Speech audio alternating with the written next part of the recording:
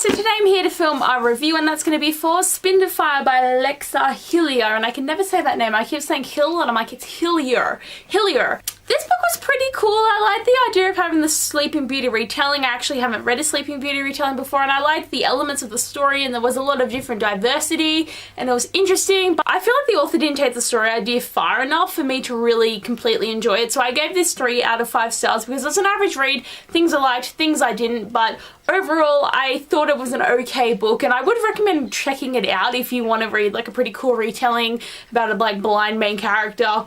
It's pretty cool. This book review will be spoiler free, so you don't have to worry about being spoiled, but yes, I'm excited to talk about it. And bringing out the notebook again because I wrote notes about the book. Now, the biggest thing I loved about this book is the bond between sisters. It was done beautifully. I loved the relationship that Aurora and Isabel had. They depended on me so much because Isabel is blind and Aurora can't speak or feel anything. So they have a hard time communicating to each other, but they've like developed this secret language that they use of like codes and all that, and they know each other so much and care so much and want to protect each other at all costs, and it's just beautiful to see. And we also see a sisterly bond between Malfleur and Belcour, which are the 2 fae that are in this story, because you've got like with the story, it's practically the Sleeping Beauty retelling, and Aurora is Sleeping Beauty, and they're like living their lives, and they're in a world where fae do exist, but they're starting to be less apparent in the world. They only really know of the Fae Queen Malfleur in like stories, like some people don't even believe that they exist. So Malfleur is the Fairy Queen,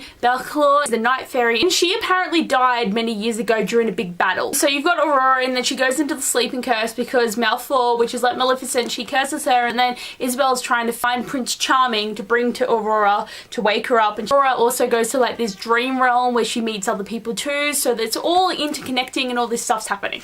But yes, I did like the relationship between the sisters, like the Fae sisters as well, because they have sort of a hateful relationship that you see grow, but you can see where they were really close to each other, and there's similarities between the 2 bonds, like stuff with like love interests and journeys and just character traits, and it was pretty cool. I really did like the way that the Sleeping Beauty story was reimagined. The bare basics of this novel is the Sleeping Beauty story, but there is so much more than that in this book. And like having Aurora go to this dream place and meet Heath, so she's got to boy toy, and to learn about Belcour while she's here and trying to figure out a way to get out, and she's able to speak and feel in this place. So a bit weird taking away the thing that made her Aurora, but she grew to be much stronger and to be able to talk and to fight, and she was really smart too, to be able to figure out how to get out of all these things, but very much insta-lovey, and I was like, what even? With Isabel, her priority was waking up Aurora, and she is blind, and I mean, it was good to have some diversity of a blind person, but I feel like it wasn't a very good representation, because I feel like she could sometimes see better than I could. She would be able to walk down the street and just be able to feel and smell everything and know exactly where she is, and I'm like,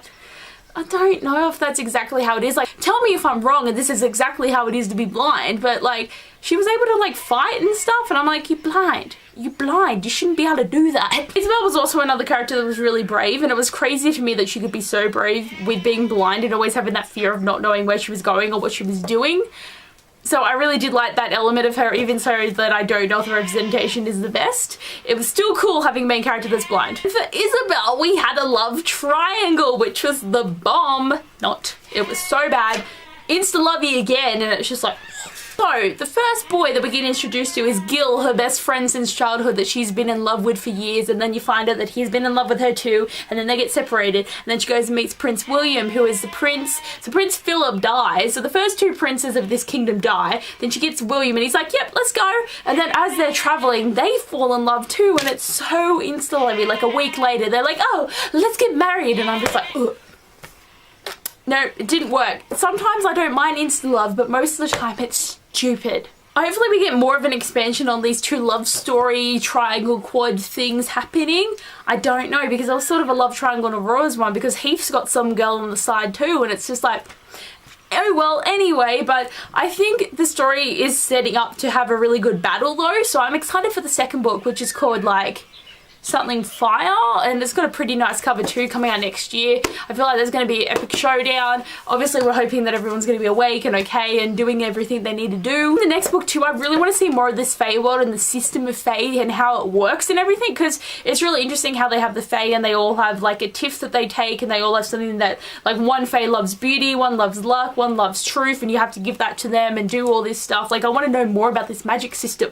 So expansion on the magic system, not as much insta-love, really putting some more effort into the story, because I feel like this story idea would have been so cool and even better if she just went even further with it, and I feel like the author did not do that. But still, this is the first book I've read from this author too, and she has a couple others that I may or may not check out and see if it's any different. But overall, I thought it was okay, but not everything was the best. So clearly I didn't write that many notes because I didn't really think that much of this book. I was trying to write things and I'm like, I just don't care. So hopefully this was a good review. Don't even know if you guys will want to read it after this review. But anyway guys, thanks for watching this video and I'll see you guys later. Bye!